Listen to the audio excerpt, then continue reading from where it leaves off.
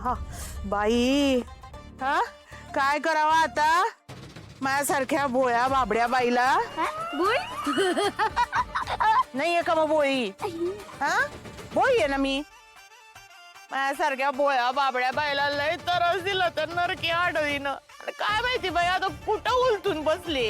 अजय असं मंगळ काही बोलू नको, नाही तर परत त्या विस्तरून तुला चालायला लावतील. ग बसतो का? या उत्सवाची रात्र संपल्यावरती सकाळच्याला काय काय बघायला मिळते कोणाच ठाऊक.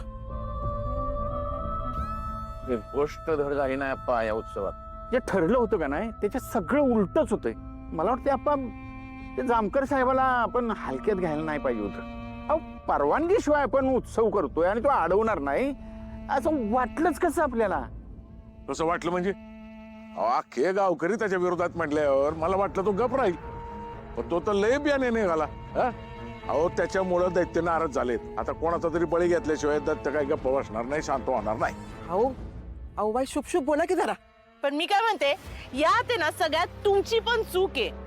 काय गरज होती त्या जामकरच्या एवढ्या विरोधात जायची? तो पण ठेव तुझं, ज्यातलं आपल्याला कळत नाही ना तिथं माणसाने बोलू नये.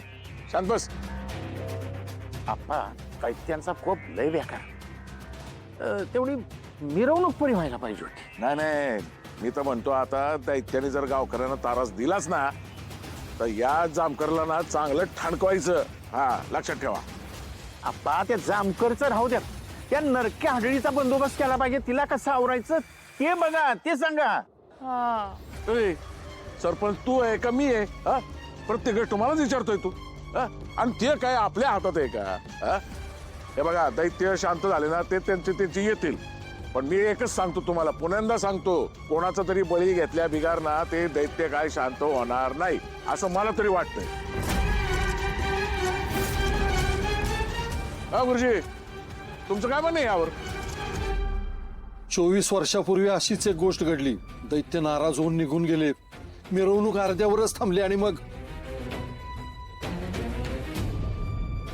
गावावर प्रचंड मोठं संकट आलं. मोठा दुष्काळ पडला. नदी कोरडी पडली, विहिरी सगळ्या आटून गेल्या, उभी पिकं करपून गेली. माणसं अन्न पाण्या वाचून तडफडून मरू लागली. यातून बाहेर पडायला फार काळ गेला. आता परत जर असं झालं तर गाव यातून नाही सावरणार.